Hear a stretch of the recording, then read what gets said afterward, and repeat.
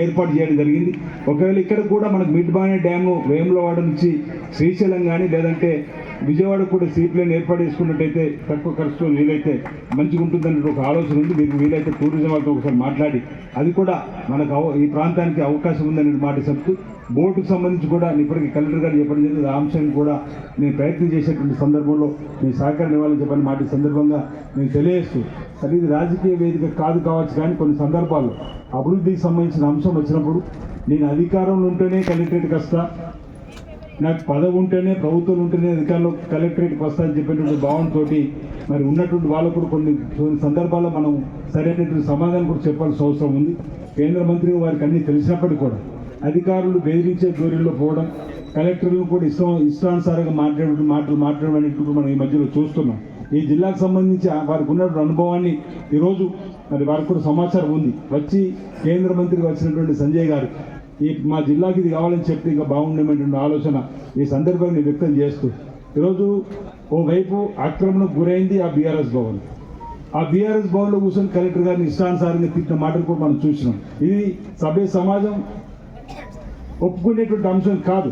అంటే సంజయ్ గారికి కేంద్ర మంత్రి ఎందుకు చెప్తున్నా అంటే అది ఎకరం కోసం స్థలం తీసుకొని 2 ఎకరాల నిర్మాణం చేసుకొని ఓ మంత్రిగా ఓ యువరాజుగా ఉండి ఆ అక్రమం గురైనటువంటి బీఆర్ఎస్ భవన్లో కలెక్టర్ని పట్టుకుని ఇష్టానుసారంగా తిడితే ఆ కలెక్టరు చట్ట ప్రకారం పోయి ఇది సరైనది కాదంటే ఆయన కూడా విమర్శించేటువంటి స్థాయి.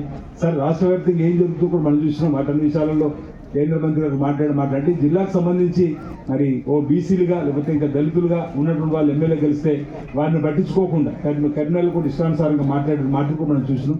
ఈ విధానాన్ని మనందరం కూడా తప్పుపడుతూ అధికారులకు అండగా నిలబడాల్సి ఉంటుంది. ఒక అధికారులు వాళ్ళు చేసే పరిపాలనలో ఏదైనా పొరపాటు ఉంటే వారిని సరైనటువంటి మార్గం నడిపించడానికి పార్లమెంట్కి సంబంధించినటువంటి భాష ఉంది. లేదు మనం కలిసి కూడా చెప్పుకోవచ్చు ఈ విధానంగా పోవాలని. కానీ వాళ్ళ దగ్గర వ్యక్తులను కాపాడుకోవడానికి, వాళ్ళ అనుచరులను కాపాడుకోవడానికి, వాళ్ళ అనుచరులు మెప్పు పొందడానికి, జారిపోకుండా వాళ్ళ అనుచరుల కోసం ఏదో 4 గట్టి మాటలు మాట్లాడాలని చెప్పని ఈరోజు కలెక్టర్లను ఈ విధంగా కొనడం కూడా సరైనది కాదనేది సభ ద్వారా కూడా మరొకసారి సందర్భం వచ్చింది. కాబట్టి నేను ఆల్రెడీ ఇప్పటికే 5 సందర్భాలు కూడా మా పనిచేస్తున్నటువంటి బ్యూరోక్రసీ కూడా అండగా నిలబడేటువంటి కార్యక్రమాన్ని అంటే నేను అధికారులు ఉన్నప్పుడేమో ఒప్పు, నేను అధికారులు లేనప్పుడు తప్పనేటువంటి మాట కరెక్ట్ కాదన్నమాట.